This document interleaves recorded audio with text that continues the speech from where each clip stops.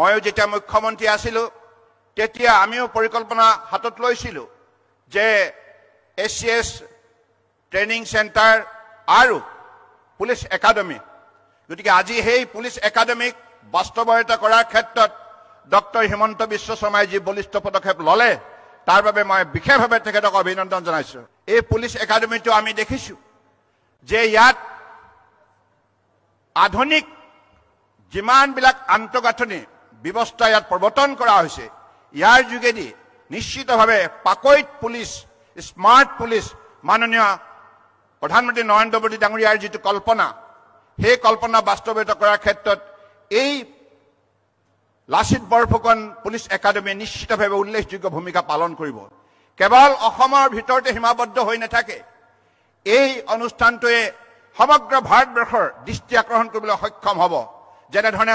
হায়দৰাবাদত police academy আছে তেনেধৰণে আগন্তুক দিনত সেই লক্ষ্যৰে অত্যাধুনিকভাৱে এই অনুষ্ঠানটোৱে আগন্তুক দিনত উঠি অহা কেৱল অসমৰ নহয় উত্তৰ পূৰ্বাঞ্চলৰ বিভিন্ন ৰাজ্যৰ